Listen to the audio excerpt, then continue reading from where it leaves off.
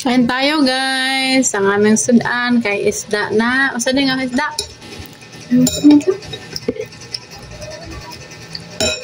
Baka isdang bato to. Bato? Oo.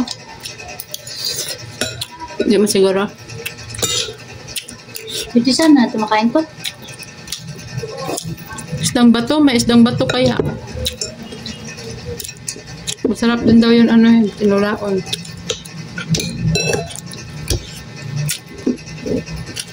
Ayos lang.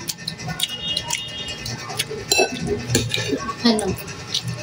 Ay. Asim? Ano to eh? Nilagyan mo to ng ano? Anong tawag doon? Sagang? Alam. Sinigang? Sinigang? Sinigang to eh. Laga lang dapat. Dapat mo.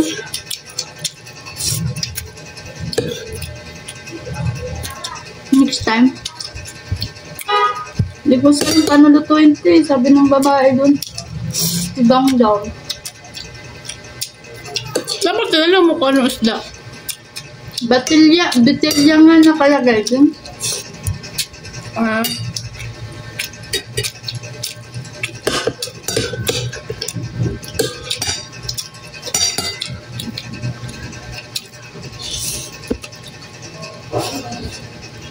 Di bagay no? Bagay ba? Chef naman.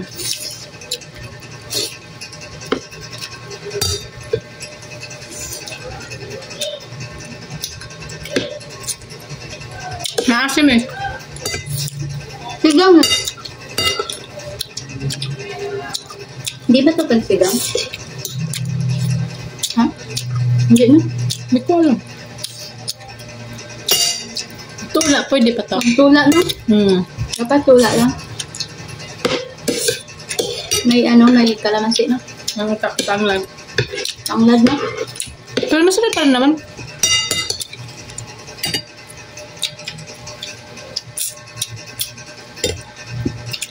Sigang lang kasi ang may alam sa kanila. Dito. Hindi yan sila nagluluto ng ano. Dala. Yung mga naglalaulan, yun yung mga galing Bisaya. Kasi doon sa amin, hindi uso yung sigang. Kanyang rin sa akin.